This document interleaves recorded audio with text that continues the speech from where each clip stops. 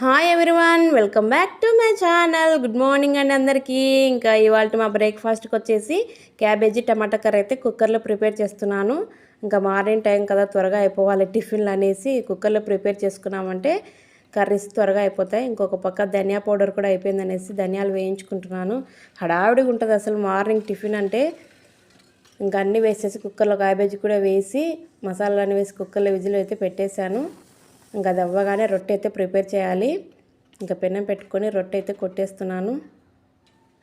చూడండి, నేను ఎప్పుడు రొట్టె చేసినా కంపల్సరీ 2-3 రొట్టెలు కంపల్సరీ పొంగుతాయి ఇలా పూరిలాగా. నాకు చాలా హ్యాపీ అనిపిస్తుంది ఇలా పొంగితే. ఇంకా రొట్టె అవ్వగానే మా పిల్లలకైతే పెట్టేయాలి. ఇంకా ముందుగా అయితే మా ఆయన తినేసి వెళ్ళిపోయారనమాట. త్వరగా వెళ్ళిపోయారు. ఈరోజు పిల్లలు నేనే వదిలిపెట్టి రావాలి.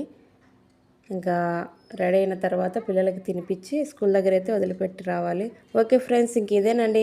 మీరు ఎంతమందికి జొన్న రొట్టె అంటే ఇష్టమో కామెంట్ చేయండి. బాయ్ అండి అందరికీ. నచ్చితే కనుక సబ్స్క్రైబ్ చేసుకోండి. Thank you for watching.